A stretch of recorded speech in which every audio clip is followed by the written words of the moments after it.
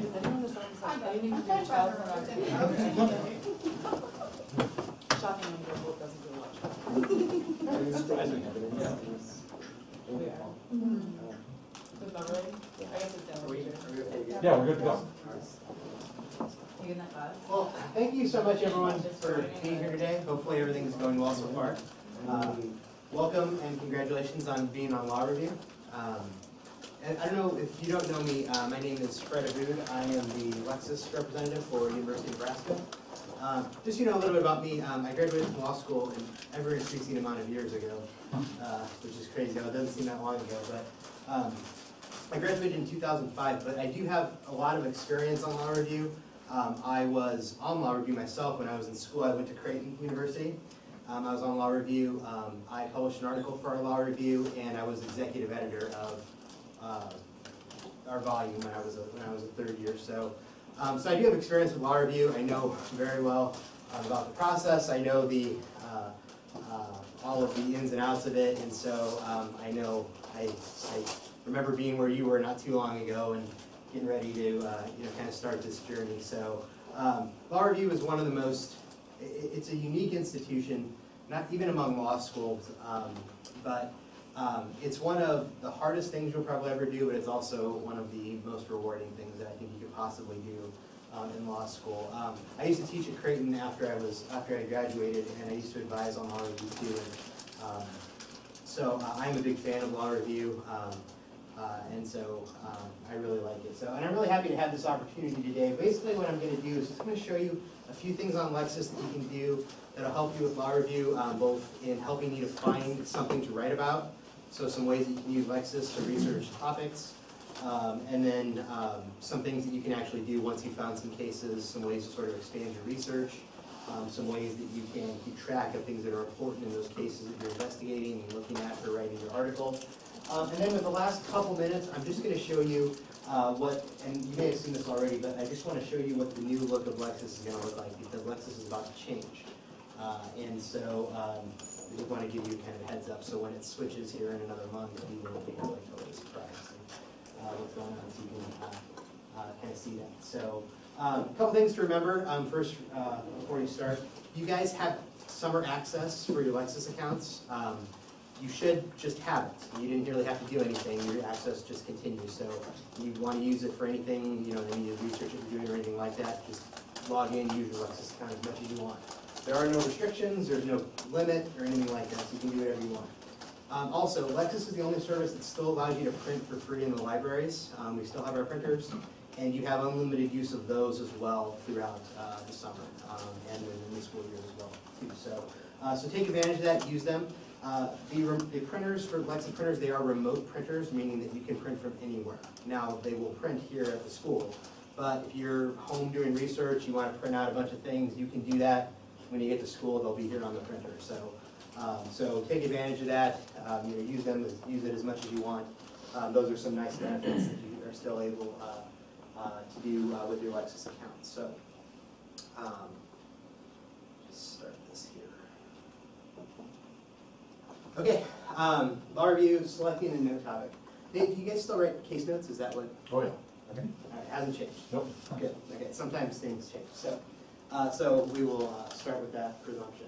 I always like to show people this. What does it mean to be on Law Review? And this is a quote from Chief Justice Earl Warren, but it talks about the American Law Review probably has been called the most remarkable institution of the law school world, and I believe that's true.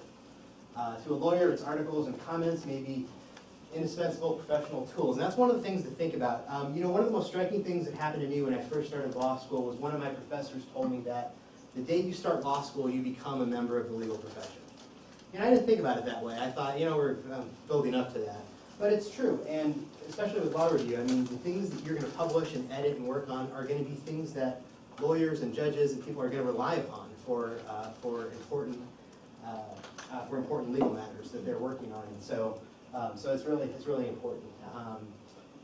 And then again, to a judge, they are going to they can be a severe critic and also a helpful guide, and it's true. We know that judges often look to Law Review articles for important guidance. They cite them in cases. It happens all the time. So And probably last is most important, it affords invaluable training to the students who participate in its writing and editing. And there is no, I gotta be honest with you, I was a law clerk after law school, and there is nowhere there was no part of law school where I learned how to analyze a case or analyze an issue better than the training I got on law review. So it's, I mean, it's really, really amazing for that. So, of course, we know it's not all good, right? There's a lot of work involved, and so I always used to tell people that whenever I thought of law review and law review experience, these quotes sort of came to mind. This is, of course, President Kennedy talking about, our moon landings, but he talks about the most hazardous and dangerous and greatest adventure on which man has ever embarked. And I think of law review when I think of that. Because it is a lot of work, and there's a lot of work to it, but it is absolutely worth it, and it is a great adventure. Again, it's difficult, but anything worth doing is, there's work to it, and so I always think of those quotes. So, when you start out in law review and you're starting to do your article, one of the most important things that we need to look at right off the bat is, what are we going to look at? What am I going to write about? I have to write an article. What am I going to write about? So, these are just some general comments about, selecting a case that you're going to write a comment or a note on. These are just some general guidelines. Case should have some tension between the lower court and the appellate court reviewing the decision. Those are kind of our items that make for interesting note cases. So, you generally will not write about district court opinions. That's probably universally true. But so you're going to be writing about some kind of appellate decision, and you're going to want to have something where there's something to discuss. If it's an area of law that's just cut and dry, all the courts agree, it's not really a basis for necessarily an interesting article unless there's some other different aspect to it. But cases of first impression are important. And here's an example search. If you just search, ran a search in Lexis for first impression in quotes, you can, it's kind of a neat area to see where items of courts are talking about items of first impression. Cases with strong dissents are important. So even if you've got an area where, the majority comes out on a particular viewpoint, if you've got an area where there's a strong dissent, or in areas where there's a strong dissent and maybe other circuits come down a certain way, those are interesting. Those are items that are interesting for review. And so this is just, and I just put this in here, this is just a sample search to bring up those areas where you may have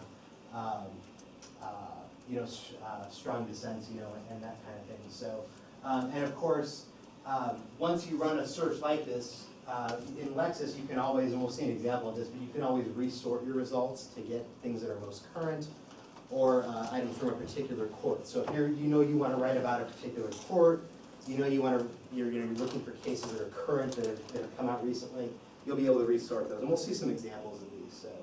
And you don't have to worry about writing all that down necessarily. I'm going to send you guys this as well, so you can see some of the examples of things we searched. So, a good note, Will, discuss a topic you find very interesting. I always tell writers about this. You will be spending so much time with this topic, and if it's something that doesn't interest you, your time is really, really going to drag. And I know this from experience, because this is what I did.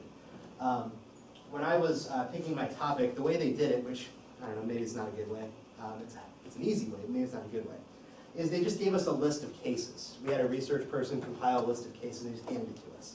They said, here's some good ones, pick one of these. Or you can find your own if you want, but I did not. I looked at the list, I picked one. My basis for picking a case was really scientific. I picked the shortest case that was there that had already been denied cert by the US Supreme Court. That was what I did. It was about a topic I really didn't care that much about, and there were times when it was kind of trying to put all the work into it. So make sure it's something that you're interested in, that you like and you want to write about. It will help you so much. You want items where there represents a strong legal argument. You have to make sure there's that legal hook. This can't just be a policy argument. There's got to be items out there that you can hook into and bring in as part of your legal analysis. Redefine sexy. Keep in mind that there are certain things that may be current hot topics but may not necessarily be good for law review articles. Especially if there are areas of law that are really in flux. A good example might be something like the Affordable Health Care Act or things like that, where there's a billion materials out there about it, but again, the state of the law is so so up in the air right now. There's so many different actions that have been filed against it, in this those areas. So it might not be ready for a great law review note analysis right now. It might be in a couple of years, as the law goes through and cases come down and things like that. But right now, it may just be too soon. So look for those areas where the law still isn't really settled and that it's still maybe pretty current. You want to find there's got to be some established case law out about a particular area. So your opinion matters, but you have to realize that a note cannot just be what your opinion is. This isn't an editorial article. You're not just writing how you think the law should be. There has to be a legal basis for your opinion. So you must build upon legal analysis and have sources that support your analysis. You can't just say, I just think, all the cases say blank, but I think the law should be X, and I don't really have a basis for that. It's just, it's a policy argument. That's really not helpful for a note topic. So again, just some things to keep in mind. So here are some ideas for finding some good note topics. Unresolved points of law or circuit splits are critical. These are really good. These are where most great articles come from. In the article that I wrote, it was a little bit interesting because it's one of those areas of federal law. And are you guys all going in 2Ls? Okay. So maybe you haven't had admin law yet or not, but admin law is kind of one of those areas that's kind of interesting because a department will release a regulation, and then all of a sudden litigation will happen about it. This happened all the time. It used to happen to me in practice. This happened to me in practice as well. I used to work in a highly regulated industry in practice, and this happened all the time, where the FCC would release a regulation, and all of a sudden, boom, there starts being litigation about it because people are sort of challenging it, or they are adopting policies that are then challenged. Well, what happens then is a regulatory agency will release clarifying statements. Sometimes they're called policy statements. Sometimes they're called they're called a variety of things. But they might issue clarifying statements, and then of course this changes the analysis a bit. So sometimes what will happen is the cases will come out a certain way. All of a sudden, the regulatory department clarifies the issue, and then all of a sudden the analysis changes. And this is an issue that I was dealing with in my particular article. So, and the issue that was coming down was the regulatory scheme wasn't really clarified, and so circuits were coming down in different ways. So one circuit would say X, the other would say Y. Well, the problem with that is, if you were working for a company like I was that operates all over the country, how do you craft your policies when different circuits say different things? And so these kinds of issues are really, really good for note topics. That's a really good area to go into. So, news items. So an interesting case has come down from the Supreme Court, or an interesting case has come down from a state Supreme Court or an appellate court. An interesting item where there is some information. That's another good place to go to. So a challenged piece of legislation. So again, I think it's too soon for it, but something like the Affordable Care Act or something like that, a piece of legislation that has caused a variety of litigation, challenges from regulatory agencies, those kinds of things are good for an article as well. So cases of first impression are important. Those are good areas to draw topics from as well. Newly enacted state or federal legislation can be a good topic, but again, you want it to be not so new that there isn't anything out there about it, especially since you guys are going to do a note. It can't be something that just came out of the legislature last week. You've got to have something that is still relatively new, but where there has been some litigation, some items on it have reached the court, things like that. You want to get those in there as well. So. The last thing I will say, and then we'll look at a couple of examples on the things. So, usually as you're going through this process, you might have questions. So, if you have any questions, research questions, follow-up, maybe you heard something interesting or I showed you something and you don't remember it necessarily, but you thought, oh, that was kind of interesting, you can shoot me a message, and I'd be happy to go through it with you. You also have access to our research attorneys as well at the number there, 1-800-455 3947 or 1-800-45-LEXUS is the other way that you can remember that. So also through Lexus Advance, and I'll show you this too, we have live chat support as well, 24 hours a day. So if you want to just chat with one of the research attorneys through the system, you can do that as well.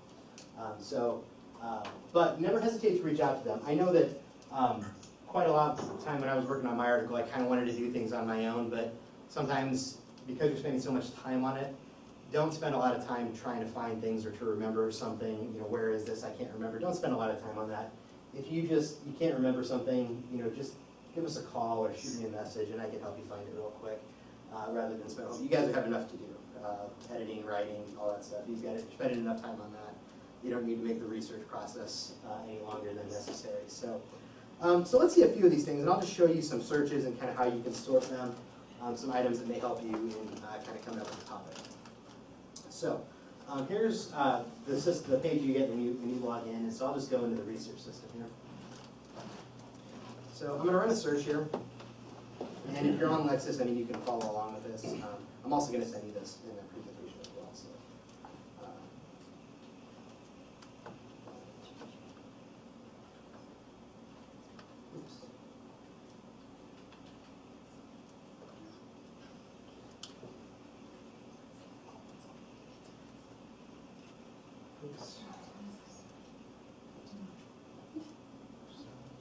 Okay, so I'm looking for these areas where we might be able to find like a circuit split, or again, kind of something of that nature. So I ran a search here. I, for some reason, unbeknownst to me, have my default set to go to forms, which I don't really want in this case. So I'm going to go to the cases tab. And so here I ran this search, and I've got a bunch of materials here. Now again, you may have an idea of a jurisdiction you want to write about. Maybe you want to write about something in the Eighth Circuit or Nebraska. And so you can sort this in a variety of ways. These are just going to give you some instances where they've talked about maybe splits or a circuit split or something like that. So narrow it down, a little bit more if you find maybe you want to look at a federal circuit or maybe a particular state. You might maybe narrow it to a timeline. Maybe I just want to look for things from like the last year. I can do that.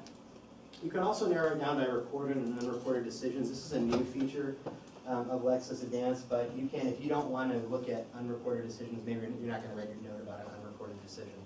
So maybe I just want to filter those out, and I just want to click reported. That's only going to give me the reported cases. So, one less thing to click into. There's nothing worse when you're doing a long, this is a nice feature.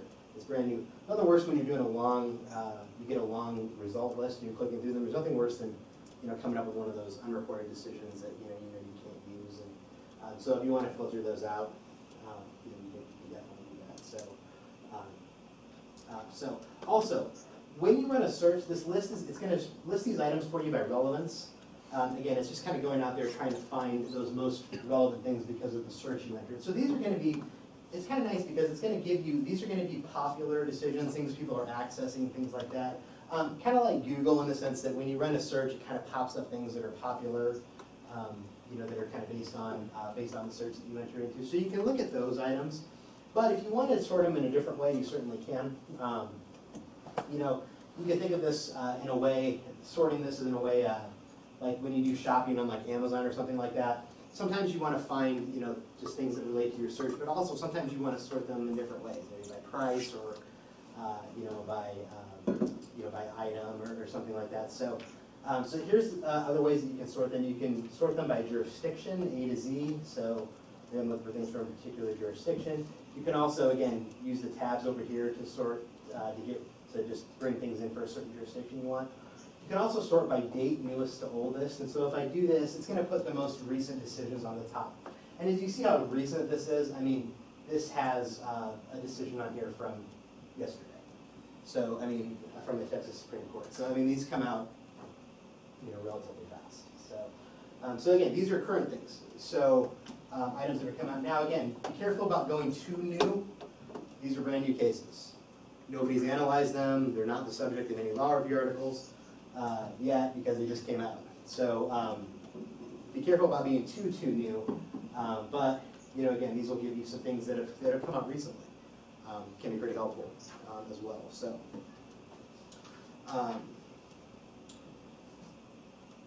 let's see here.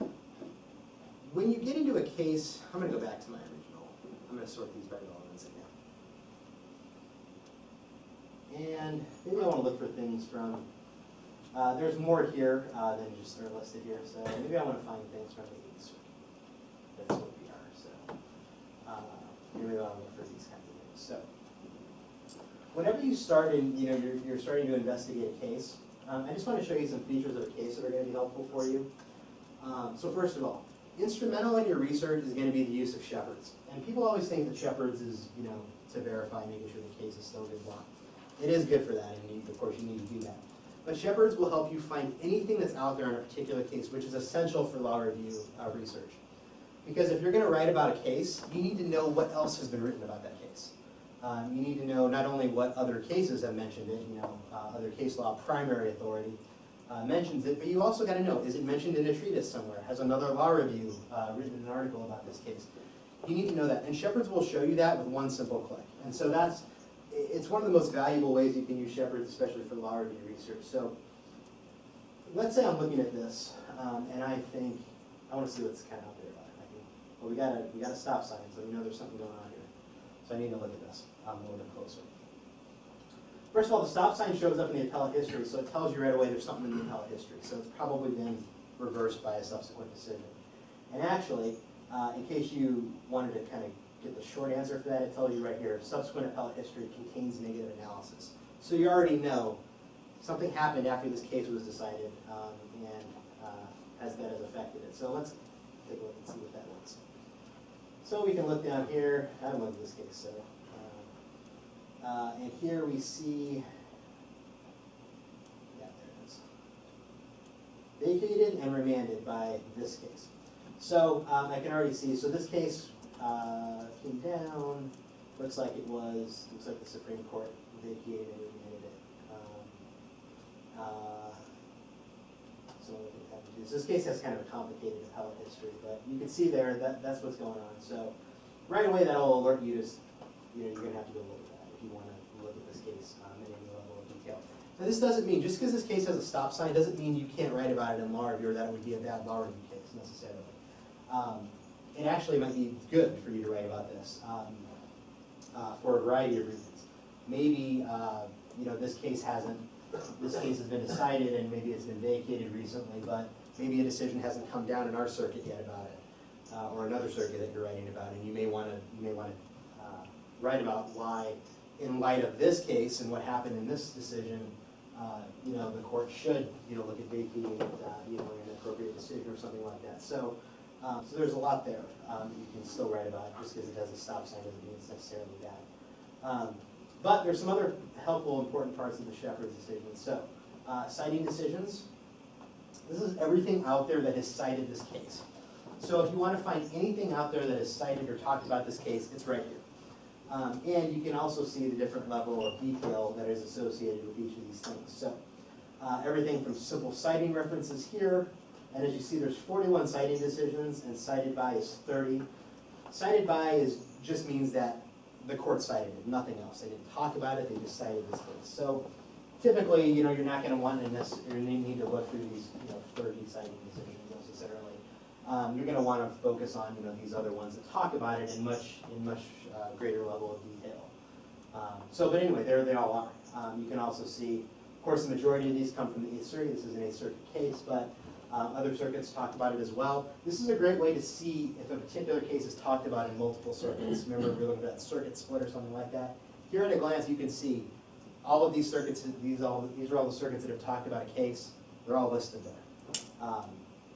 And you can go through and see in what level of detail they talked about it. So that's a great way to see how circuits are treating a particular case. Another important area is the citing, law reviews, treatises, etc. This is everything not primary material that has talked about this particular case. So law review articles, treatises, mentioned somewhere in like an annotated statute. So if a statute annotation talks about it, you'll be able to see it. And how many items? 18. So not very much. There's not very much here. But it looks like majority, there's a lot of law review articles. And you can actually sort these too. In fact, it's all law review articles. There's nothing else. Here it tells you there's 18 articles, and that's all there is. But if there were other types of things treatises or things like that, you would see them here as well. So once you run a search and start to find a thing, once you find a case that you think you might want to look at or that might be interesting, this is the first place I would go. Because again, you can see everything. And Shepard's really lays it out in a way that's easy to see. Shepard's is the most complete source that's available. So I would run your search through Shepard's for sure. Also, the table of authorities. This is just going to give you at a glance, because depending on the particular case you're going to need to talk about the decisions that the court cited. This is every case that the court in this Jefferson case cited. And you can see the various levels of analysis for each of those cases as well. So this is a great place to go to one-stop shopping for everything you need on a particular case. So once you find that case, you run a search, you find some areas that might be interesting, run it through Shepard's because it's really going to be helpful for you. Now, things are being constantly updated. New cases are coming out, new law review articles are being published, treatises are updated. This happens every day. And so you need to keep up to date on anything that's going on because you're going to have this article for an extended period of time. You're going to want to know if anything comes out about this particular case that you're writing about. If it's cited in a law review article, if it is analyzed in a law review article, if a treatise talks about it, if a new case comes out from another circuit that mentions it, you're going to want to know that. And the way that you can keep up to date on that is to set up an alert. So once you find that case or cases that you want to look at or track, you need to know everything that's going on about those. And the easy way to do it is with alerts. So once you find this case, if I want to set up an alert on this case, I just got to click the bell here is what this is for. Note also that you can print cases. You can print cases on the Lexis printer as much as you want. You can also print Shepard's reports. So you can print, if you want to have a copy of the Shepard's report, for everything that's on there, you can put those too. So just like you would anything else. So here, I'm going to set up a new Shepard's alert. I can monitor. I want to do any change. And for law review, it's important to monitor for any change. New negative analysis is good if you were maybe litigating and using this case in like a brief you're writing for a court, because you're going to want to know if something comes out that negatively impacts it. But for law review, you want to know everything. I want to know if it comes out in a law review article. I want to know if it's cited in an annotated statute. I need to know everything. So use any change. How often do you want it to run? I think daily is a little excessive. Maybe once business days even might be too much. Maybe once a week. You want to get an update maybe once a week. See what's out there, once a week. That's probably the best. You pick what day you want. How long you want it to run. It defaults to a year. I think you can make it up to 2 years. And then I would have these delivered to you by email. Just put your email address in there. Online means you'd have to log in to see your alert. But if email, it's going to alert you. It's going to shoot you a message every week and tell you what's going on. So, and then you have the options. I would always select this first one. I mean, you can do whatever you like, but this first one will send you a notification every time the alert runs, even if nothing changes. So it'll run the alert for you every day on like Saturday, and then it'll tell you, hey, there's nothing new. There's no new changes. Or there are some new changes. Some new items came up in the Shepard's report, so you might want to go look at those. So it'll tell you regardless. And so this is again just a great way for you to kind of keep up to date on all these things. So, in addition to setting up an alert on a case like this, Shepard's alert, so I can see what's going on with the case, I can also alert myself, set up an alert for searches that I do. Now we ran this search, and you may say to yourself, you might run a different search, maybe on a topic that you're interested in or something like that. And you may say to yourself, I want to know if something new comes up in my search because I ran this search today, but we know cases are coming out every day. And I want to see if maybe a new case pops up, or again, something new happens with this search. The way you can set up an alert, I've run a search here. We see our search here. And we've put this filter on it. And so let's set up an alert. You can create an alert again just by clicking on the bell. Now this is a search alert. Now you have to title it something. This is just a search we ran. So you could do that or name it something else. You can also determine what areas that you want it to notify you about. So maybe I just want to know about new cases that come up with this search. and it tells me that I've narrowed by the 8th circuit. So when it runs this alert, it's only going to search and bring back new cases that were not part of the original search that are from the 8th circuit. That's all it's going to bring up, because that's what we put on. But if you don't want that, you can go back and clear off. I can clear off this filter. And now it's going to bring me everything. It's narrowed by none here. And so, and again, you can keep up to date on other things. You know, if you want to see statutes, administrative materials, you can alert yourself to as many of these things as you want. Items from the web. You know, maybe I want to know if some professor writes something about it, or it comes out like a legal news publication or something like that. I want to know about that. So I want to know if anything new comes out. So again, you can do that. Same options. You can deliver it however you want. And this is a great way to keep up to date on your searches. So keep up to date on cases. You can keep up to date on searches. That's important. Now within a particular case, there are some nice features. You know, as you analyze cases, you're going to want to remember important things about the cases. And you know, when I was in school, the way we did that is we just, you know, we printed them all out, and you can still do that. Print them all out, and we wrote notes on it, and I had a big notebook full of things like that. And you can still do that. But you can also keep up to date on everything you need for a particular case right here within the case and save it on advance. And so the way you can do that is, I mean, here's the case. You know, we've got our head notes here, you know, kind of the body. You know, you might be reading this and you might say to yourself, this is important. I want to remember, this is important for my analysis. I need to remember this. When you do that, it pops up this green box and I click on this. I can create an annotation or highlight that. An annotation and highlighting are the same thing. It's just with annotation I get to put a note in there. So, hopefully your notes are more profound than that. And then I click OK. And now, when this completes, the item is highlighted in the color I picked, and my note is over here on the side, and if I hover over, I can see what my note is. So again, great way if you've got a case and you're analyzing it, you're noting I've got to put this in my analysis, or these parts have to go here. Anything you want to note about a particular case, I used to write sideways in the margins and keep track of all that stuff. You can do it all right here. Plus, once you do that, it'll make sure that everything is saved for you, because if you ever go to, you did that thing, if you ever go to close it, it'll say, wait a minute, you did some highlighting, you put some annotations in there, you want to save it into a folder before you close this. So you want to make sure you save it, keep all your notes. And so you just click on that, and then it'll ask you to save it into a folder. You can pick a folder you've already created. I see I've got several here, or you can make a new one. Click OK. And now it's going to save it. And I can even create subfolders in this if I want to have more levels of organization. Click Save. Now that's saved in my folder, and my notes are saved with it. And I can access these anywhere that I can access Lexis Advance, and this includes even on the mobile app if you use the mobile app at all. You'll be able to look at your notes, you'll be able to look at anything in there through that. So this is what it looks like in a folder. And one thing I just want to tell you one thing about it here. You can automatically update your Shepherd status from anything you have in your folder just by one click here.